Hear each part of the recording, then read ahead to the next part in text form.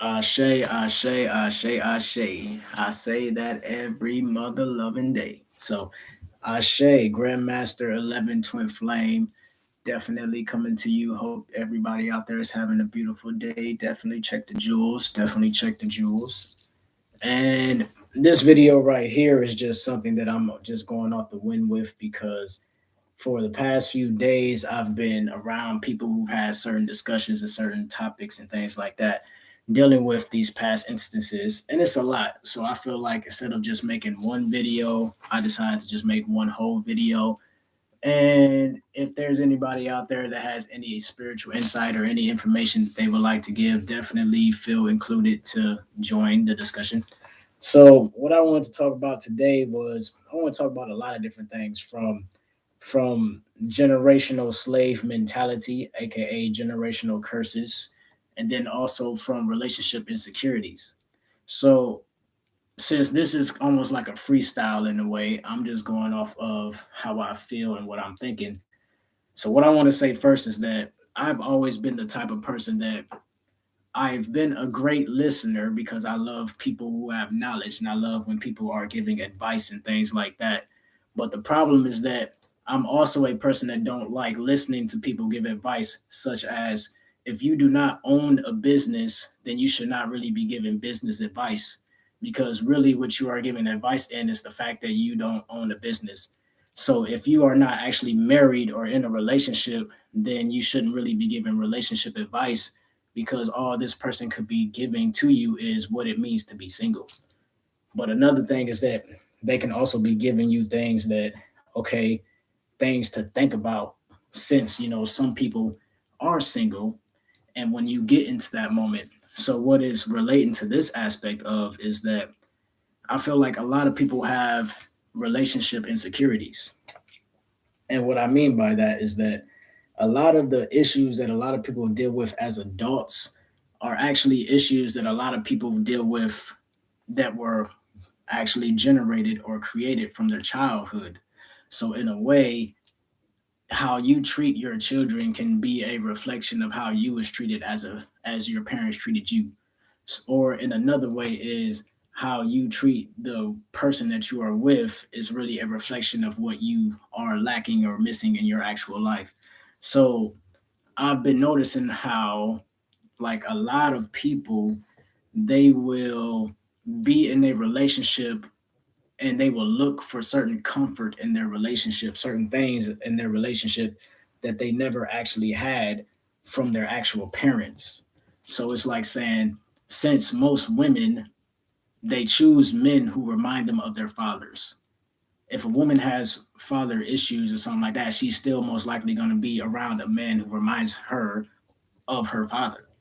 So just like if a man is most likely going to choose a woman that looks like his mother or a woman that resembles his mother and things like that, whether it looks like, whether it's skin tone or resembles, whether it's stuff that was given to him and things like that. So it's like repeating a certain cycle at the same time, but it's a positive and a negative to that because even though we are attracted to people that are reflections of who we are as an actual being and as an actual person, we still take in the negative aspects of that.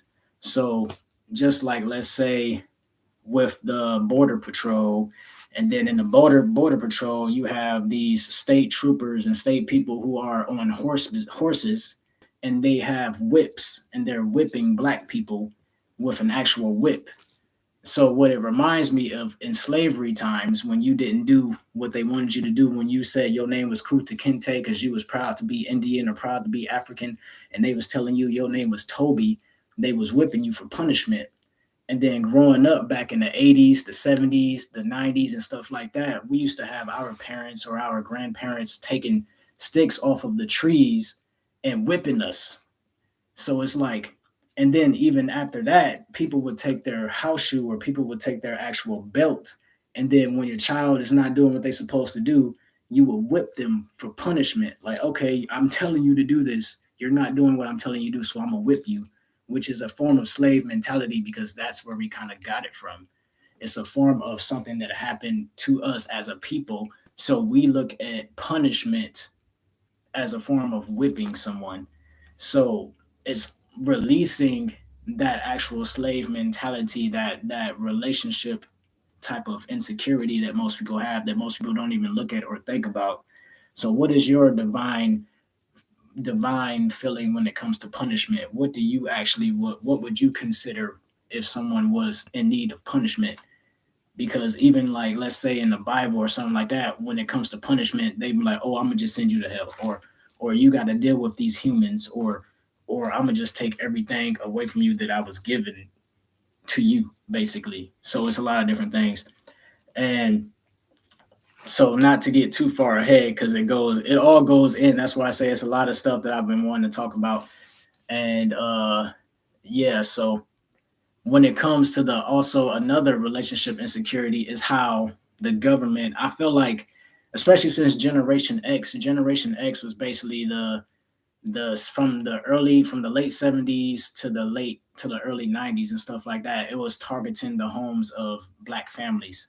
So basically most women and most men nowadays, they were raised in single parent homes unless they was raised by their actual grandparents and things like that. If you was raised with both parents, then you're considered lucky, you know. So by it being that way, the woman in a way had to be the male and the female of the entire family.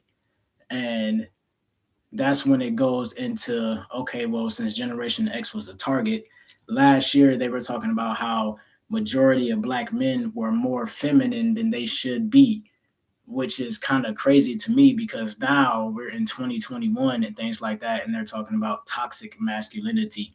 So last year we were more feminine than we were supposed to be. This year we're too masculine or more masculine than we should be. So it's almost like people are trying to label you or limit you to what they want you to be. And that's where I feel like that can be more of a government thing, but that's not just a government thing. That can be our own people being a part of it now. Because, like how I said, since a lot of women, basically were the ones who were raising the children by us growing up in single parent households and things like that, it's a positive and a negative to it, as in the things that are brought down to our generation. Now you got people talking about, okay, you don't need a man, or you don't need this person, or you don't need them, or you don't need that, or you don't need this. But they're not showing you why you actually supposed to have this. They're not showing you why you don't have this, or why we're not like this, or why we're not like that. And a lot of it goes to insecurities and trust issues and mind control and manipulation at the same time. That's why I feel like it's all connected. So I know I could make separate videos talking about certain topics, but I felt like I needed to relate all the topics together so it can be like one complete picture. And so when it goes to how they call it like the toxic masculinity, you also have toxic femininity. Sometimes a person can be too masculine or a person can be too feminine, and that's because they need not just balance but they need harmony, because it's not just about finding balance, it's about finding harmony. So in a way, if you are with someone or if you know someone that balances your energy, you could be a fire sign, that other person is a water sign. When y'all around each other, y'all balance each other out. Balancing each other out is really knowing the differences. Balancing each other out is like a pie chart. When you go to school, you got the one circle on the left side. This is for who you are. The other circle is for who the other person is.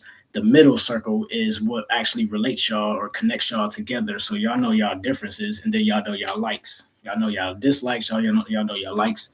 Y'all know y'all positives. Y'all know y'all negatives and things like that.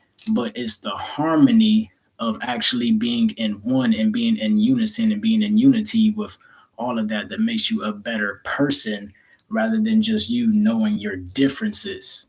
So a lot of people right now are dealing with the relationship insecurities because they know their differences, but they're not actually striving for what makes them harmony or harmonized. So just like me wearing the color purple right now, red and blue put together makes purple.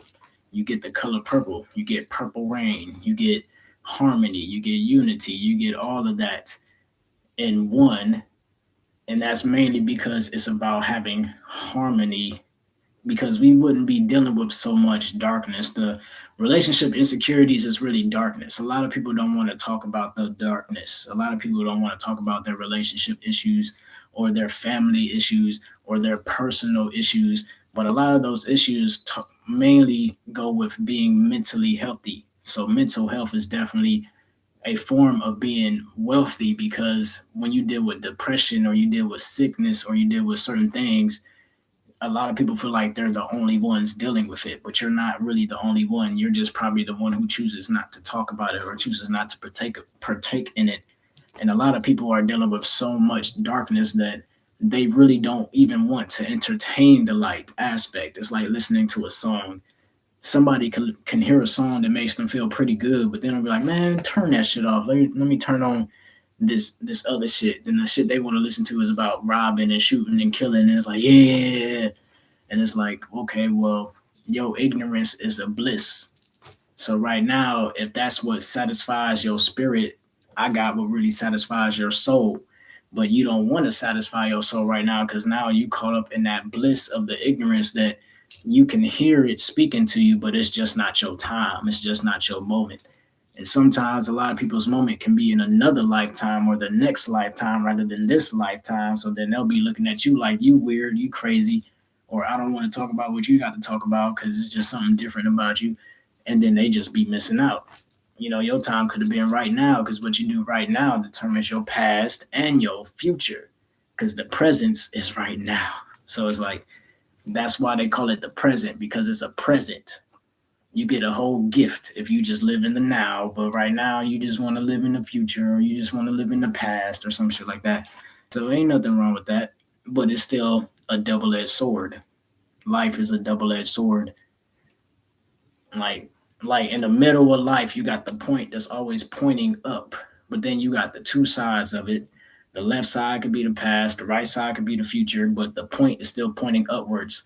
What people don't understand is that the left side and the right side go down, it curves. So it's not a point, it's not really taking you nowhere, it's curving you off. It's almost like a detour. But what you in when you in the middle and you in the now and the present, you at the point, you're still rising, you still going somewhere. So people don't really see why it's actually the benefits of knowing, just knowing in that moment. That's just like the Egyptians. As soon as you go to the pyramids, or you open that book, the first thing they say is know thyself. Like, it's like the first time, it's like if a human was to speak to God, the first thing God would say to that human is know thyself. Then you can be looking like, what do you mean know thyself? Like, I do know myself, but you probably don't really know yourself. You know your physical body, you know your physical presence, you know your physical life. Even the food we eat is not real. The only thing that makes it real is the fact that we see it, we touch it, we taste it with our five senses. The five senses, just like we got five fingers, we have five senses. We really have more senses than that.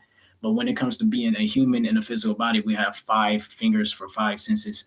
So we see it, we feel it, we taste it, we hear it cooking, we smell it and stuff like that. But that still does not make it real. We just make it real because our mind believes it to be real. So when we put it inside of our body, we're like, okay, well, yeah, this is it's filling my stomach, but nobody's thinking about the nutrients. Like, yeah, it's gonna fill me up. I'm hungry, so it's definitely gonna put something on my stomach. But is it really giving you nutrients though? Like, are you even considering that? See, I don't now. I feel like I'm rambling.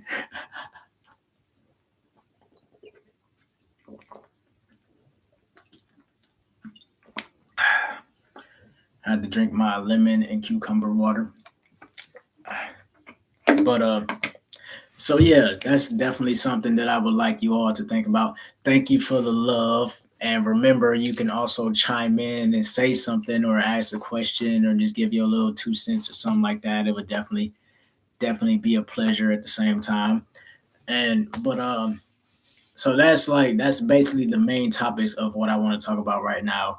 And when I do get back on live or I do make another video, I can talk about a lot more stuff, because I feel like it's a lot to talk about, because relationship insecurities also deals with trust issues, and it also deals with fear, and it also deals with lack, and then it also deals with not really loving yourself enough to know what you are worth. And then it also deals with family. Then it also deals with generational issues or what's been passed down in your DNA or what's going on with the actual world. Like a lot of people see things for what it is, but they don't see the actual reality of it. Some people's reality is what they see with their two eyes, but when you close your eyes and you turn your eyes off, basically, that's when you really get to see. That's just like food. How I was saying, with most food is really fake. The only thing that makes it real is because we believe it to real, believe it to be real. So basically, that's something we see with our two eyes. We wouldn't see it if we didn't couldn't see anything. And if it's already not real with our two eyes, then what's really real with our two eyes if nothing is real? 100, 100A. So definitely have a beautiful day. Definitely have something to think about. And keep that in your mind. I might get back on here in a couple more minutes or something like that. Have a lot more to talk about with a different type of topic. But I just wanted to let that be a part of your circumference because I did hear a lot of beautiful things, especially when you talk about positive energy and things like that. So yeah, yeah, I'll be back. I'll be back.